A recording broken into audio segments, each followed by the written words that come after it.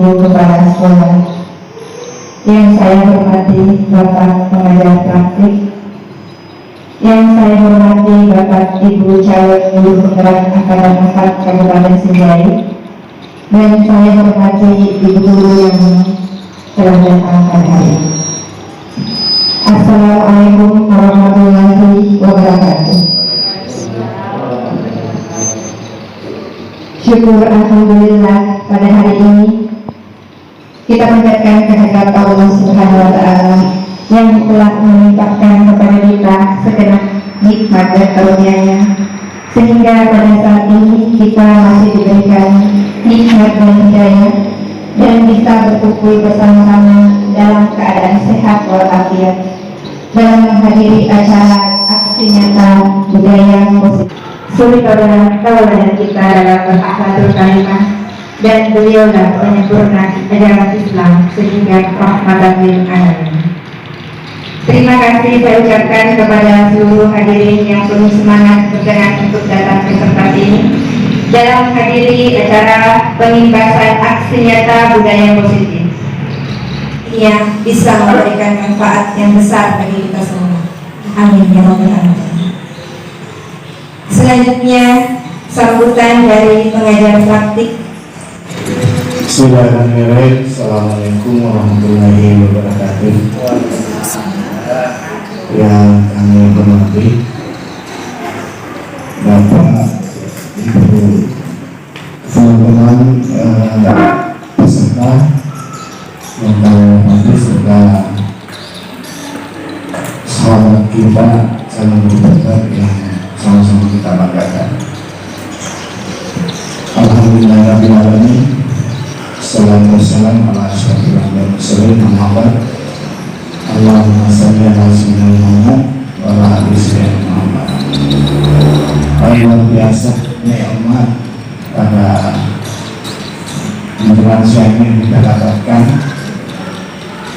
Suasananya insya Allah menambahkan kita seperti acara dengan sukses.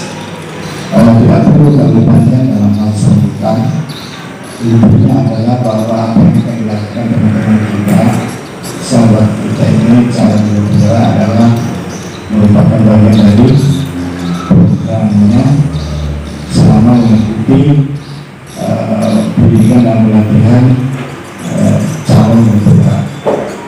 Ya, kita akan memanfaatkan apa yang menjadi aksi nyata. Sedikit saya menyampaikan ke para peserta bahwa tahun ini masih baru dua yang dibuka lagi pendaftaran untuk calon guru penggerak angkatan ke-6. Angkatan ke-5 kan sudah berlangsung, sebenarnya tidak ada pertanyaannya. Angkatan ke-6 kembali lagi kita data ya, itu pertanyaannya kenapa senja itu jadi modelnya, padahal pendaftarnya kemarin banyak sih ya, banyak pendaftar peminat kurang ya beda ya, sama kalau kita masuk ke merah banyak pengunjung tentu mereka peminat ya. Kemarin juga terdeteksi seperti itu, kita banyak teman kita mengikut masih mendaftar tapi dengan jalan yang sendiri tanpa ada apa-apa, belum menyelesaikan sebuah perjuangan untuk sehingga terdeteksi minat ini yang berkurang. Seperti ya, sementara kabupaten kota dan provinsi yang lain luar biasa, kuota 100, pendaftar 100, memang kemudian. Memang dia kan kuota 100, yang daftar juga hanya 100-an, tapi tidak ada istilah lulus belum dapat hasil. Kalau kita banyak yang ikut mendaftar tapi belum ada hasil, menurut ya seperti itu modelnya ya. Jadi barangkali menjadi acuan sedikit saya sampaikan supaya kita bisa termotivasi bisa bergabung di guru penggerak, bahwa kedepannya ini adalah program guru penggerak menjadi pintu yang luar biasa ya. Nanti di khusus teman-teman yang belum sertifikasi dan belum sertifikasi nanti kan tidak ada MPPG, kemudian saya tidak ada PBB. Nanti PBB itu akan dilaksanakan oleh sebuah lembaga yang kita kenal istilah LKPD, ya, melalui seleksinya itu melalui LPMP, LPMP sampai ke kementerian. Setelah data seleksi direkomendasikan untuk masuk di LKPD, nanti sana ikut seleksi lagi. Jadi itu bisa lolos mengikuti pendidikan LKPD.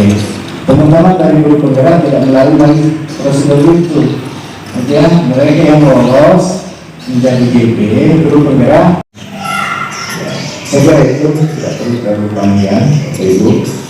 Pada waktu juga saya sudah dari jadwal yang ada. Ya. Alhamdulillah, pertama-tama kita mengucapkan puji kepada Allah Subhanahu Wa Taala karena pada pagi ini menjelang serta. Semoga Allah Subhanahu Wa Taala tetap merahmati kita sekalian.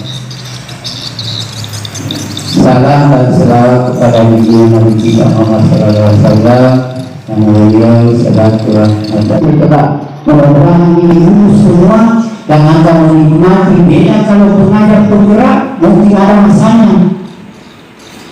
Nah kemudian kalau nanti aturan dan tidak semua ikuti apa aturan itu, makanya kepada guru Alhamdulillah yang tidak ada ini Alhamdulillah kita nikmatin wassalatu wassalamu ala rasulillah. Ya syukur Alhamdulillah pada kesempatan yang berbahagia ini kita masih diberikan kesehatan, kesempatan untuk melaksanakan kegiatan kami, dan salah satu kesyukuran kami selaku calon guru penggerak di sini bisa hadir Bapak Ibu di sini, utamanya pengajar praktik kami dan kepala sekolah yang mewakili sekolah. Dan terima kasih yang sebesar-besarnya kami panjatkan kepada beliau. Dan lalu kita diberikan salawat dan tasbih kepada Nabi besar Muhammad Sallallahu Alaihi Wasallam yang telah membawa kami dari alam ke dalam menuju alam yang terang. Baik, sebelum saya melakukan presentasi materi kita hari ini, saya dulu ada kata mengatakan tak kenal mungkin karena tak saya. Jadi ada kata kami di sini, saya mewakili calon guru penggerak di sini 4 orang. Kami dari kelompok yang dibawa asuhan pengajar praktik kami, kelompok dari kelompok terakhir kami yang melakukan aksi nyata di budaya positif hari ini. Jadi sudah ada 2 kelompok yang melakukan aksi nyata sebelumnya. Dan hari ini kesempatan kami berempat.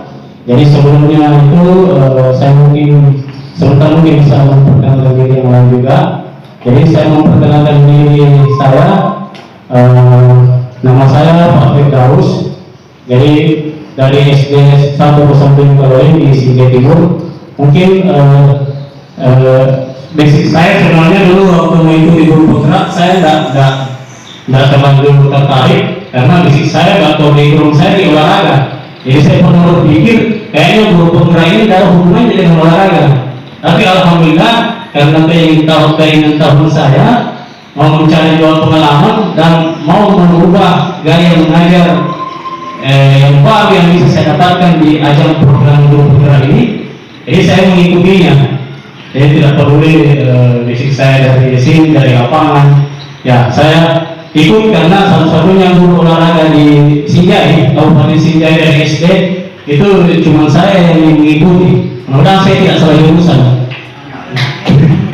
Dan di SMP juga 1 orang ya, ada Pak Bruno yang mengajar di Pulau 9. Jadi cuma 2 orang di olahraga Sinjai. Mudah-mudahan dengan saya dengan Pak Mulyono kedepannya guru-guru olahraga mau juga mengikuti program guru penggerak di Kabupaten Sinjai.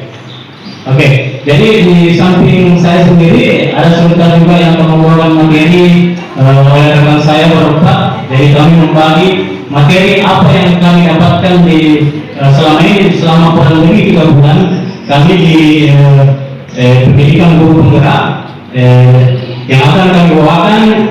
Ini berkaitan juga dengan masalah tugas kami di modul akhir 1 ya, yaitu aksi nyata budaya positif. Jadi kami mencoba, jadi kami di sini bukan mengatakan kami lebih pintar atau lebih senior dari Bapak Ibu, tapi kami di sini mencoba untuk membawakan materi terhadap apa yang kami dapatkan selama kurang lebih 3 bulan ini di pendidikan guru penggerak. Jadi mungkin sebentar ada masukan atau ada pertanyaan atau kritikan, marilah kita sama-sama menemukan sebuah solusi yang terbaik. Jadi yang kebetulan yang saya dapat materi yang pertama ini mungkin ada di bagian itu di aksi nyata budaya positif, yaitu di perubahan paradigma belajar. Paradigma yang lama, siswa memang disuruh untuk menghafalkannya.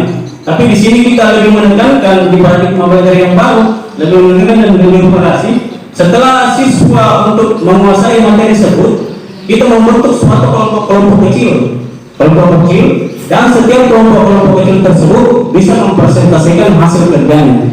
Jadi kita sudah bentuk misalnya materinya seperti ini yang kita harus pelajari, dan kita bentuk ya kelompok kecil, dan sebentar di akhir pembelajaran kita memberikan siswa untuk bagaimana dia bisa mempresentasikannya di depan teman-temannya dan di depan gurunya yang sebagai fasilitator tadi. Ya. Nah, sampai saat ini dampak pembelajaran paradigma lama belum menunjukkan kualitas pendidikan yang sesuai dengan harapan kita. Ya, mungkin kita di sini di paradigma yang baru selalu berpatokan pada nilai. Jadi paradigma baru, kalau misalnya nilai siswa kita bagus, Pak, sudah dikatakan bahwa pendidikan yang kita ajarkan sudah berhasil. Padahal lebih daripada itu, Bapak Ibu. Di sini kan ada dinamakan pendidikan karakter. Jadi pendidikan guru penggerak kami yang kami jalani itu lebih dulu menekankan bagaimana pendidikan karakter yang kita bangun. Karena percuma nilainya tinggi, tapi karakternya yang kurang. Karakter mungkin saling menghargai dalam budaya positif tersebut kurang. Apalagi saya lihat di zaman sekarang atau khususnya di sekolah saya kayaknya nilai-nilai dari budaya positif atau nilai karakter seorang siswa itu sudah mulai berkurang. Dulu siswa yang dulu, kalau mungkin satu contoh kecil saja, kalau kita lihat di jalan bisa mengucapkan salah, atau seperti yang saya dapatkan juga siswa yang sekarang, kalau misalnya dia tidak pergi ke sekolahnya terus mendapati bukunya di jalan, dia tetap memperlihatkan dirinya ya dengan rasa bangganya. Itu yang perlu kita ubah, karakter yang sangat kurang, artinya sangat menurun di zaman sekarang ini di paradigma belajar yang lama ya. Sebenarnya dalam sebagai yang menarik saya sebagai kesimpulan Bapak Ibu hari ini, karena masih ada materi yang akan saya bawakan satu, yaitu disiplin positif ya. Yang pertama, dalam menghadapi tantangan di kehidupan modern di abad 21 ini, kreativitas dan kemandirian yang sangat diperlukan untuk mampu beradaptasi dalam berbagai tuntutan. Paradigma belajar baru pembelajaran berupaya menumbuhkan kreativitas anak. Jadi di paradigma belajar baru lebih ditekankan bagaimana anak itu bisa bertumbuh kreativitasnya, sering bertanya kepada ibunya, sering menunjukkan sebuah ide-ide atau perubahan-perubahan, dan tanpa menyepelekan pendidikan karakter dari anak tersebut. Misalnya diperlukan ide-ide antara beberapa alasan, antara lain pertama, kreativitas memberikan peluang bagi individu untuk mengekspresikan diri. Kedua, kreativitas memungkinkan orang atau siswa tersebut dapat menemukan berbagai alternatif dalam pemecahan masalah. Ya, misalnya dalam menghadapi sebuah permasalahan atau baik itu dalam bentuknya sebuah karakter dari sekolah yang disiplin budaya positifnya. Nah, kita sebagai guru mungkin tidak langsung, misalnya kalau ada siswa yang nakal, ada siswa apa yang dilakukan oleh gurunya dan meniru ya, masalah meniru apa yang dilakukan. Tapi di tahap usia 7 sampai 14 tahun, orang tua dan guru dapat menerapkan perannya sebagai pemandu otoritas yang disegangi dan dihormati untuk menyediakan referensi yang kaya kepada anak terkait dengan standar perilaku yang sedang dibangunnya. Jadi kita di sini sudah mulai melakukan referensi kepada anak, memberikan sosok yang bisa kita, sehingga ilmu sehingga kita bisa disegani dan dihormati kepada anak tersebut di usia 7 sampai 14 tahun. Ya, di usia 14 sampai 21 tahun, orang tua dan guru dapat berperan sebagai penasihat untuk membangun standar perilaku anak yang tepat bagi dirinya maupun lingkungannya, dan juga menjadi teman diskusi yang setara untuk memberikan pertimbangan kepada anak terkait dengan dampak positif dan negatif atas perilaku yang sedang dilakukannya. Jadi sebagai kontrol yang di sini di usia yang paling rentan di umur 14 sampai 21 yang menuju dari usia anak-anak dari remaja ke dewasa. Terus selanjutnya yang kedua tadi, memahami karakteristik dan kebutuhan anak. Bagaimana memahami karakteristik dan kebutuhan anak? Jadi setiap anak itu unik. Ya.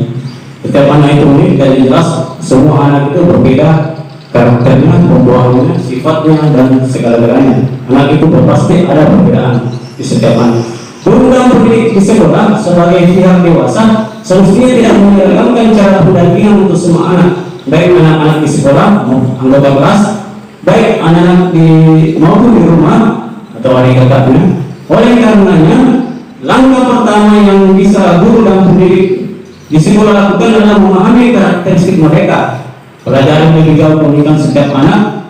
Anak itu tipe anak yang aktif, sensitif, temperamen, kritis dan sebagainya. Jelas di sekolah kita di usia anak SD, bahkan di mulai kelas 1 SD saja kita sudah bisa menentukan atau sudah bisa melihat, wah ini anak ini kritis, ini anak ini yang apa yang tidak diketahuinya cepat kita tanyakan kepada gurunya. Karena terkadang anak-anak usia SD, Ibu, dia lebih percaya kepada gurunya daripada kepada orang tuanya. Ya.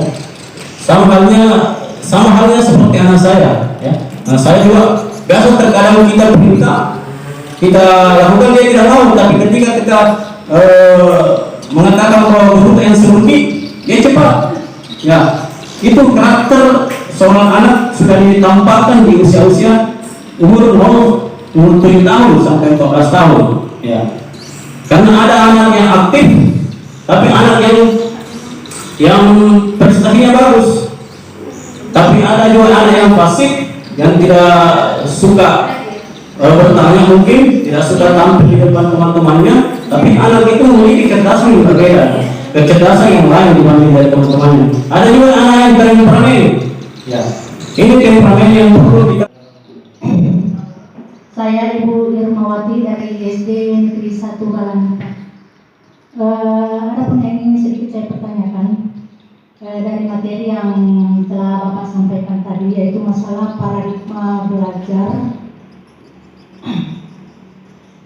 Begini Pak, bagaimana tanggapan Bapak tentang pembelajaran dari paradigma lama ke paradigma baru, di mana di era pembelajaran sekarang kita pada tahu semua bahwa pembelajaran sudah sangat tua dibanding pada masa kita belajar dulu.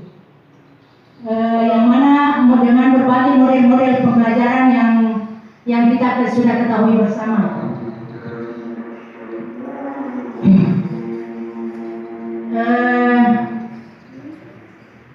Tapi pada kenyataannya nilai-nilai sifat atau sifat lebih antara guru dan siswa dan antara siswa ke siswa lainnya bolehlah dikatakan sangat berkurang dibanding kita dulu. Jangankan menatap wajah guru, melihat kaki guru saja kita sudah sangat takut. Tapi pada kenyataannya sekarang kita melihat bagaimana anak-anak kita kalau kita ketemu, tidak tahu lah ya kalau yang di daerah ya mungkin bagaimana pendidikan di sana masih terlalu banding kita anak-anak di kota.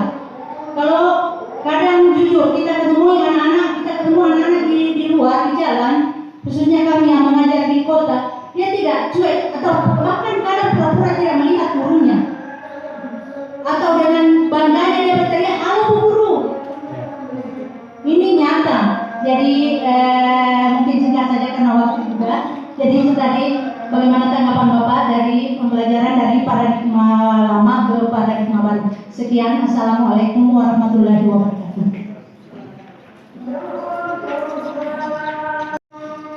materi ini sama, mungkin hampir sama semua dengan apa yang kita miliki, apa yang sekolah dapatkan mungkin secara pribadi zaman sekarang ini.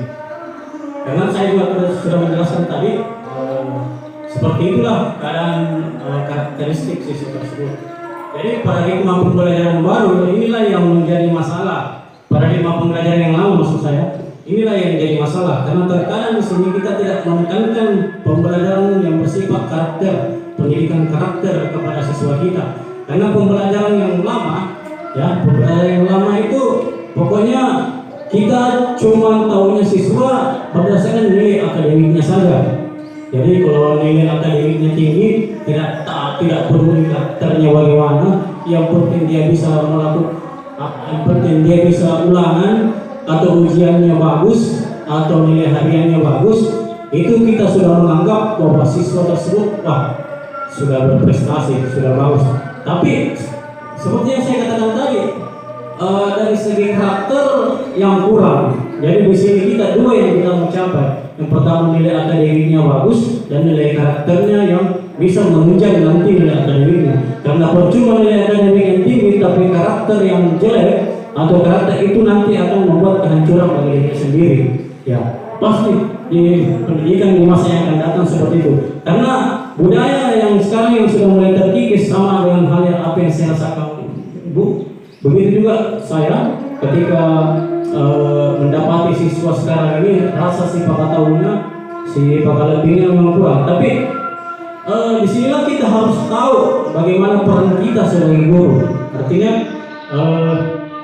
di zaman sekarang ini, makanya saya bilang tadi kita harus mendidik anak-anak pada zaman pada zamannya. Artinya anak tersebut ketika kita didik, kita harus lebih banyak mendekatkan diri kepada anak tersebut. Artinya di sekolah kita ini, khususnya di Kabupaten Sinjai, mungkin sudah hilang rasa seperti itu, atau mungkin bukan hilang tapi sudah berkurang. Karena banyak sekolah, dan saya terus terang saya juga, misalnya kalau biasa terkadang siswa lewat di depan kita, mungkin tidak mengucapkan salah. Budaya positif yang sangat kurang. Makanya kita di sini di calon guru program melakukan materi atau memberikan materi dalam budaya positif tersebut. Yang kami dapatkan di sini, yang bisa kami dapatkan yang untuk menjawab tersebut, secara tidak langsung harus berpulang bagaimana peran gurunya yang sangat vital di masalah karakter seorang anak.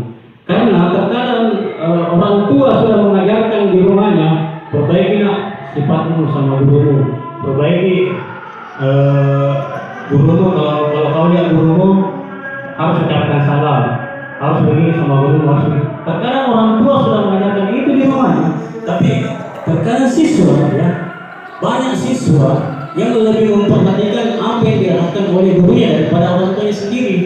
Ya, terkadang siswa itu umur ya sampai kelas 5, 4, kelas 4 SD, dia lebih mempedulikan apa yang dikatakan gurunya. Jadi sini lebih dititik beratkan mungkin peranan gurunya bagaimana. Ya. Yang ada di lingkungan sekolah itu Bapak Ibu ada 3 motivasi untuk bisa dilakukan ini. Motivasinya itu yang pertama adalah bagaimana dia bisa menghindari ketidaknyamanan, ya, dan hukuman. Motivasi pertama itu tadi, jadi sebuah budaya itu nanti bisa ketika yang pesan atau yang bersangkutan siswa kita itu memiliki motivasi ini, menghindari ketidaknyamanan dan hukuman. Yang kedua, ketika mengharapkan sebuah imbalan dan penghargaan,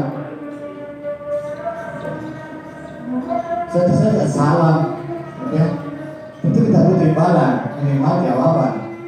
Ya. Seorang yang memberikan salam tanpa mengharapkan jawaban, pasti kualitas salamnya juga itu tidak terlalu, ya. Dan yang terakhir itu adalah untuk bagaimana ketika budaya itu menjadi motivasi itu mampu dan menjadikan person itu lebih percaya diri, ya. Lebih percaya diri sesuai dengan nilai-nilai yang dia percayai, ya, sesuai dengan nilai-nilai yang dia percayai. Contoh tadi salam, ya,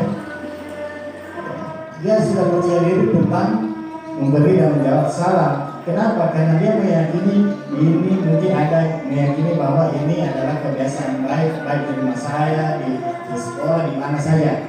Tapi mungkin ada dia yang sudah meyakini dalam dirinya bahwa ini ibadah. Beda. Jadi beda persepsinya, beda perspektifnya antara mereka yang percaya dalam dirinya bahwa ini adalah kebiasaan di rumah saya dengan yang ada dalam dirinya mengatakan bahwa ibadah. Sudah beda itu. Ini ada 3 motivasi sehingga budaya positif mampu dilaksanakan. Kenapa demikian? Karena kita di sekolah ini hanya diibaratkan kalau seorang petani Bapak Ibu, kita ini juga guru, kita hanya bisa menuntun anak-anak kita untuk bisa melakukan budaya positif yang kita inginkan, ya, menjelaskan budaya positif yang kedepannya kita harapkan itu adalah budaya positif yang berpihak pada siswa. Materi motivasi perilaku manusia atau motivasi belajar siswa, ini yang pertama adalah pengertian atau definisi dari motivasi.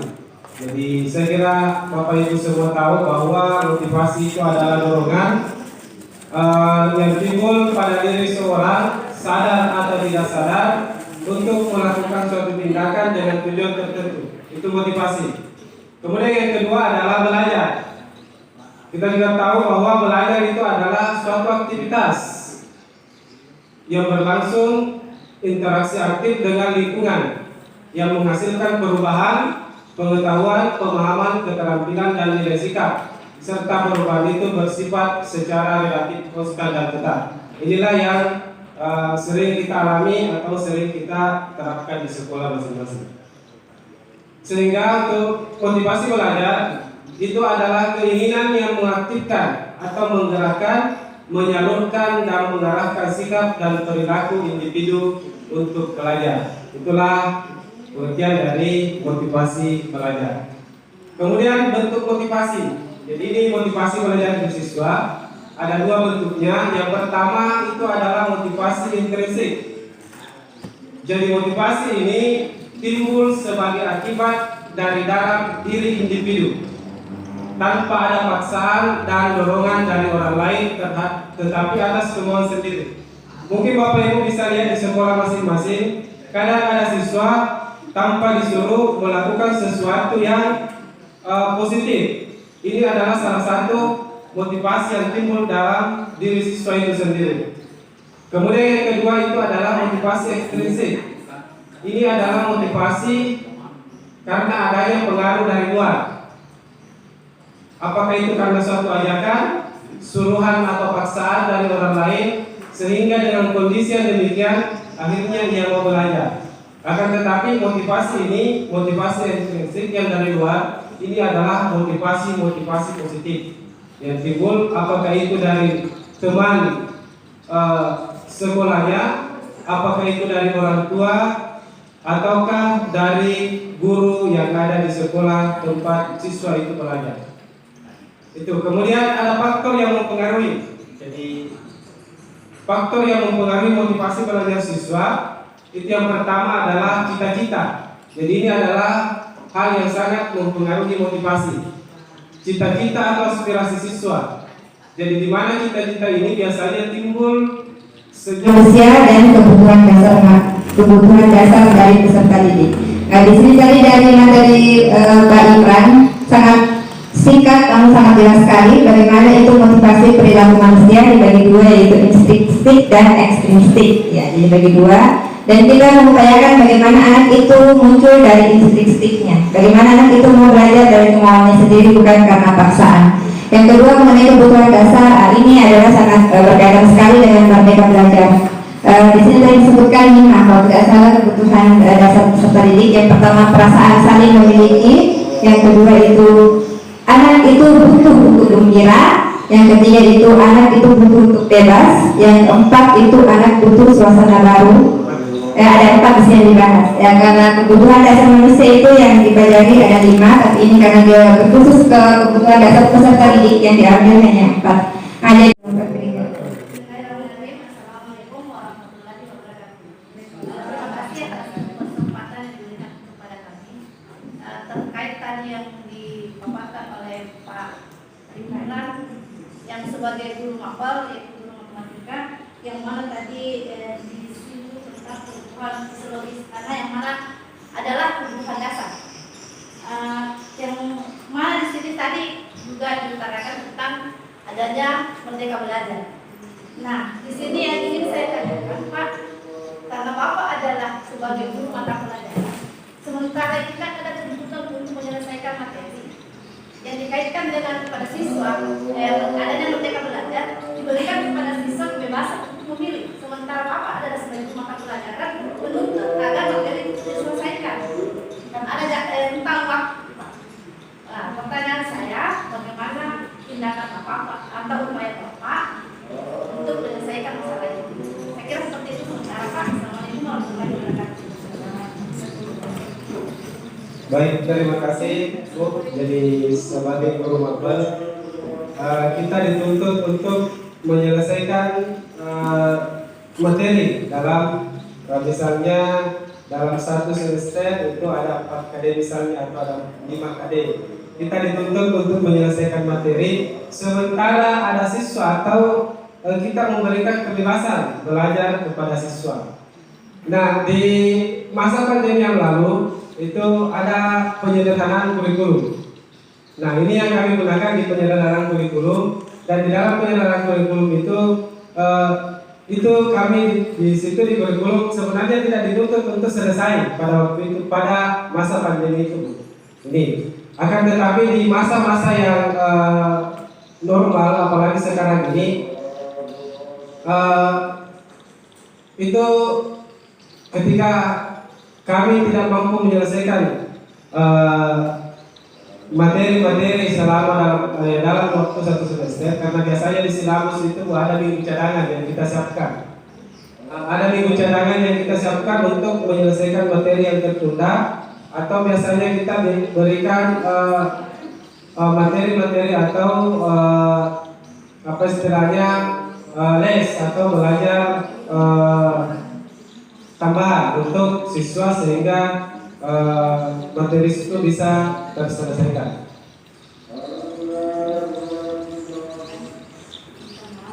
Baik, terima kasih atas kesempatan yang diberikan. Dan saya lanjut saja ke materi berikutnya. Materi yang akan saya bawakan di sini adalah posisi kontrol, restribusi, dan keyakinan kelas. Ya, jadi di sini lanjut dari beberapa materi di budaya positif di sini. Dari beberapa materi yang sudah disampaikan dari teman, ada perubahan paradigma belajar, disiplin positif, motivasi perilaku manusia, kebutuhan dasar, dan untuk materi ini yang saya bawakan adalah 5 posisi kontrol restitusi. Jadi 5 posisi kontrol di sini adalah dikatakan oleh Dian Gossen dalam bukunya Restitution Restructuring School Discipline 1998 mengungkapkan bahwa guru perlu meninjau kembali penerapan disiplin di dalam ruang-ruang kelas kita selama ini. Apakah telah efektif, apakah berpusat memerdekakan dan memandirikan murid, bagaimana dan mengapa. Melalui serangkaian riset dan berdasar pada teori kontrol, Dr. William Gossen berkesimpulan bahwa ada 5 posisi kontrol yang perlu kita terapkan sebagai seorang guru, orang tua ataupun atasan dalam melakukan kontrol. Kelima posisi kontrol tersebut adalah yang pertama penghukum, kemudian ada membuat orang merasa bersalah, teman, monitor atau pemantau, dan manajer. Sekarang kita akan tinjau satu persatu atau kita bahas satu persatu kelima posisi kontrol tersebut. Yang pertama adalah penghukum.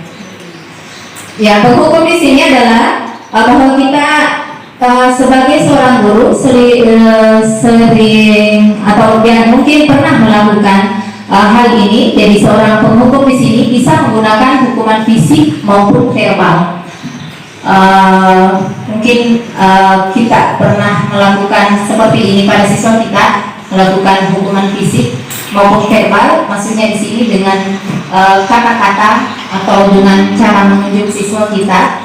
Jadi orang-orang yang menjalankan posisi penghukum senantiasa mengatakan bahwa sekolah memerlukan sistem atau alat yang dapat lebih menekan murid-murid lebih dalam lagi. Jadi guru-guru yang menerapkan posisi kontrol penghukum akan berkata bahwa patuhi aturan saya atau awas, kamu selalu saja salah, pasti selalu yang terakhir selesai. Mungkin seperti itu yang bahkan saya pernah lakukan seperti ini Bapak Ibu ya.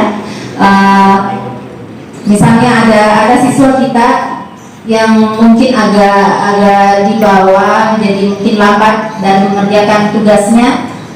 Jadi kadang kita ingin bahwa apa yang sudah kita sampaikan tadi bahwa harus tepat waktu, harus selesai, mana kita sudah mau pulang. Jadi kadang kita merasa kalau dia sudah kumpul tugasnya selalu kamu saja yang terakhir, seperti itu. Jadi guru seperti ini senantiasa percaya hanya ada satu cara agar pembelajaran kita itu berhasil, yaitu apa yang kita inginkan atau dari cara kita. Kemudian posisi kontrol yang kedua adalah membuat orang merasa bersalah.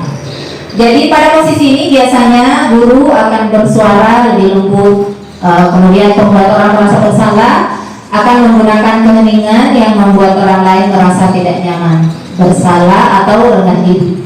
Kata-kata yang keluar dengan lembut akan seperti ini: ibu sangat kecewa sekali dengan kamu. Berapa kali bapak harus memberitahu kamu ya? Bagaimana coba kalau orang tua kamu tahu kamu berbuat begini? Jadi posisi murid di sini akan memiliki penilaian diri yang buruk tentang diri mereka. Jadi murid akan merasa tidak berharga dan telah mengecewakan orang-orang yang disayanginya. Jadi kalau posisi kita sebagai guru seperti ini, maka tentu akan berdampak buruk pada diri siswa kita, karena dia akan tidak merasa tidak berharga, kemudian sudah membuat orang-orang yang mereka sayangi kita kecewakan, seperti itu. Kemudian posisi kontrol yang ketiga adalah teman. Guru pada posisi ini tidak akan menyakiti murid, namun akan tetap berupaya mengontrol murid melalui persuasi. Posisi teman pada guru bisa berdampak negatif atau positif. Positif di sini bisa berupa hubungan baik yang terjalin antara guru dan murid, di mana guru di posisi teman menggunakan hubungan baik dan humor untuk mempengaruhi seseorang. Jadi mereka biasa berkata, ayo bantulah demi bapak ya, ayo ingat tidak bantuan bapak selama ini, ya sudah kali ini tidak apa-apa, nanti ibu bantu bereskan. Jadi kadang kita juga biasa melakukan hal seperti ini. Jadi hal negatif dari posisi teman, posisi kontrol sebagai teman di sini bisa suatu saat jika guru tersebut tidak ada, tidak membantu murid, maka murid akan merasa kecewa dan berkata bahwa bapak ibu teman saya pikir bapak ibu adalah teman saya. Kemudian mereka merasa dikecewakan dan tidak mau berusaha lagi. Hal lain yang mungkin timbul adalah mungkin murid hanya akan berpindah untuk guru tertentu. Jadi siswa hanya akan bergantung pada gurunya yang dia anggap teman saja, dan tidak untuk guru lainnya, dan murid akan tergantung pada guru tersebut. Posisi kontrol yang keempat adalah monitoring atau pemantau. Memonitor berarti mengawasi. Jadi pada saat kita mengawasi, kita bertanggung jawab atas perilaku orang-orang yang kita awasi. Posisi pemantau berdasarkan pada peraturan-peraturan dan konsekuensi. Dengan menggunakan sanksi atau konsekuensi, kita dapat memisahkan hubungan pribadi kita dengan murid.